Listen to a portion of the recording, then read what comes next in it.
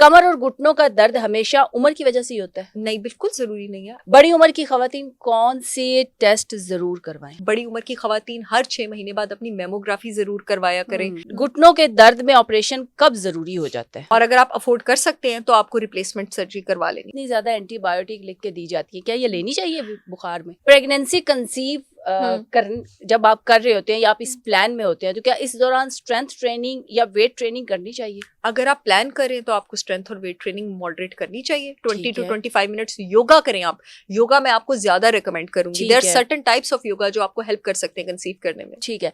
कमर और घुटनों का दर्द हमेशा उम्र की वजह से ही होता है? नहीं, बिल्कुल जरूरी नहीं है। अगर आपको vitamin D, calcium, vitamin K2 की कमी 25 साल की उम्र में भी होगी, मेरे पास आती हैं 20-20 साल की बच्चियां कमर और घुटने लेके, तो आपको तब भी हो सकता है। और एज के साथ, क्योंकि अल्टीमेटली आपकी बोन की डीमिनरलाइजेशन स्टार्ट हो जाती है, तो एज के साथ it can start getting bad.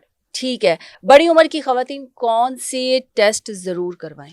अपना एस्ट्रोजन प्रोजेस्टेरॉन प्रोफाइल आप जरूर चेक करवाया करें। बड़ी उम्र की खवातीन हर 6 महीने बाद अपनी मेमोग्राफी जरूर करवाया करें।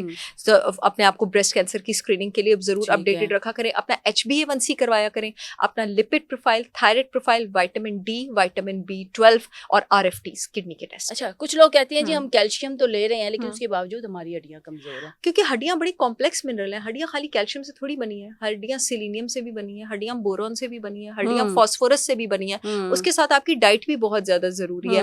हड्डियां आपकी जो कार्टिलेज है वो आपके पास कॉन्ड्राइटिन सल्फेट से भी बना है, वो ग्लूकोजामीन से भी बना है, वो हाइलुरोनिक एसिड से भी बना है।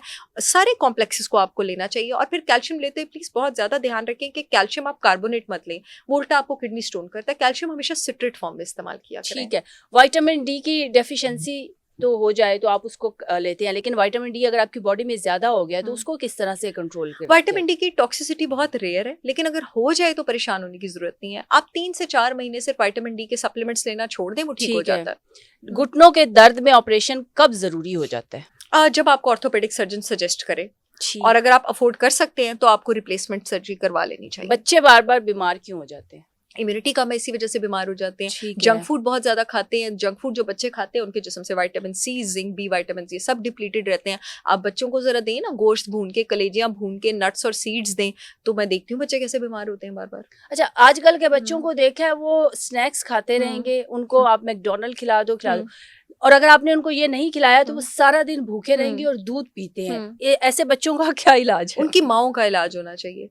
क्योंकि जाहिर है कि अगर माएँ जो है उनमें नज़्म ज़ब्त होगी तो बच्चों में भी नज़्म ज़ब्त होगी। मैं मरते दम तक ये बात नहीं मानूंगी कि एक माँ नज़्म ज़ब्त की कायल है और उसका बच्चा जो है वो बिगड़ गया। ठीक है। आजकल हमें हल्का सा भी बुखार हो जाए तो हम हॉस्पिटल जाते हैं तो हमें इतनी ज्यादा एंटीबायोटिक लिख के दी जाती है, क्या ये लेनी चाहिए बुखार में? देखिए जी, मोस्टली आपके पास जितने भी जैसे इन्फ्लुएंजा है, जितने भी वायरल इन्फेक्शन है, एंटीबायोटिक तो उसमें काम करती ही नहीं है ना, क्योंकि एंटीबायोटिक तो आपके पास बैक्टीरियल इन्फेक्शन के लिए होती है। और वैसे भी जब आप एंटीबायोटिक बैक्टीरियल इन्फेक्शन के लिए देते हैं ना, तो वो खराब बैक्टीरिया के साथ आपके गुड बैक्टीरिया को भी मार देती है और बॉडी में बहुत सारे रेजिस्टेंट स्ट्रेन्स पैदा कर देती है। तो और मैं बड़ी हैरान हूँ क्योंकि इतनी easily over the counter available है कि अब तो लोग डॉक्टर के पास जाके प्रिस्क्रिप्शन भी नहीं लिखवाते। जो थोड़े बहुत पढ़े लिखे जिस तरह लोग हैं, चाहे वो डॉक्टर नहीं भी, उनको एंटीबायोटिक्स के नाम पता है, वो जाके खरीद आते हैं।